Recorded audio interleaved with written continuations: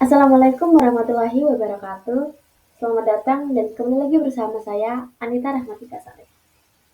Hari ini saya akan membahas mengenai salah satu problem di dunia, terutama di lautan, yaitu mikroplastik. Musuh tak terlihat di ekosistem laut. Mikroplastik ini bak seperti hantu di lautan. Mereka ada di mana-mana, tersebar di mana-mana, tetapi sangat sulit sekali dilihat oleh kasat mata. Teman-teman, pernahkah kalian itu bertanya-tanya tentang apa sih mikroplastik itu dan dampak apa yang mungkin terjadi dari mikroplastik tersebut? Oke, daripada kita berlama-lama, mari kita eksplorasi bersama-sama. Oke, apa itu mikroplastik? Jadi, mikroplastik itu adalah partikel plastik yang ukuran diameternya itu bahkan kurang dari 5 mm. Sangat kecil sekali, bukan? Ya, mikroplastik ini terbagi menjadi dua jenis. Yang pertama adalah mikroplastik primer.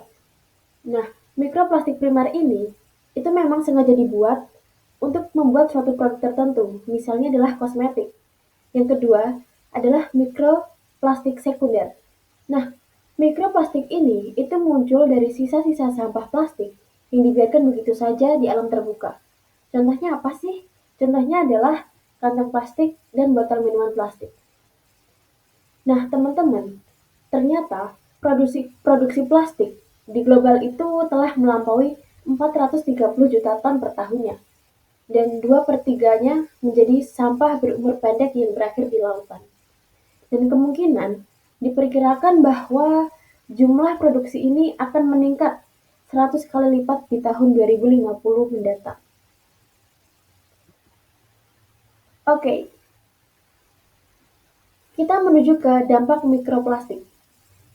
Mikroplastik itu tentunya menimbulkan ancaman yang signifikan terhadap ekosistem laut. Keberadaannya yang tersebar luas berdampak pada keragaman kehidupan laut, mulai dari plankton hingga ikan terbesar yaitu paus. Hal ini sangat patut kita waspadai. Karena apa? Karena membawa sejumlah dampak negatif bagi lingkungan terutama pada ekosistem laut. Dampak dari mikroplastik yang pertama dan yang paling utama adalah menimbulkan pencemaran lautan. Selain itu, ada gangguan rantai makanan. Nah, mikroplastik ini dapat menggantikan peran fitoplankton dan juga zooplankton dalam ekosistem lautan. Dan fungsi utama dari fitoplankton dan juga zooplankton ini adalah sebagai makanan bagi ikan kecil dan juga predator puncak.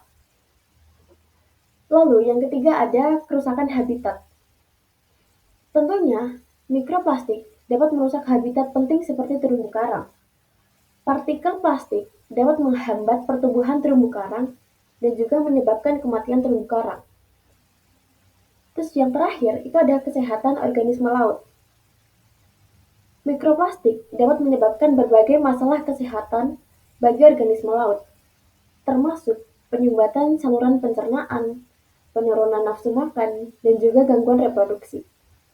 Seperti misalnya, ikan yang terpapar oleh mikroplastik seringkali mengalami penurunan perilaku, kemampuan berenang, dan juga mengurangi peluang mereka untuk bertahan hidup. Lantas, strategi apa sih dan solusi seperti apa yang harus dilakukan? Oke, mari kita bahas. Yang pertama adalah tentunya tanggung jawab dan inisiatif industri. Sangat penting sekali untuk perusahaan industri itu menggunakan dan memilih material untuk membuat suatu produk. Seperti menggunakan bahan yang ramah lingkungan. Bahan yang ramah lingkungan ini sangat memungkinkan dapat mengurangi limbah plastik, terutama mikroplastik. Dan yang kedua adalah kesadaran dan pilihan konsumen.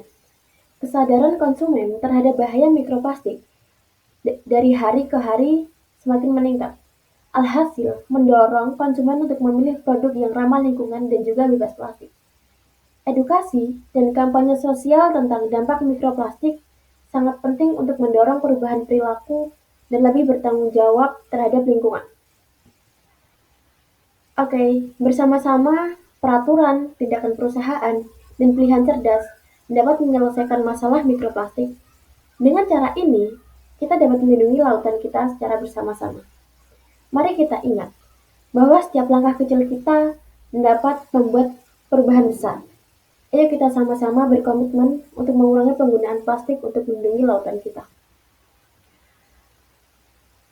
Sekian yang dapat saya sampaikan. Semoga ini bukan hanya sekedar informasi, tetapi juga bisa kita lakukan bersama-sama untuk membuat inovasi.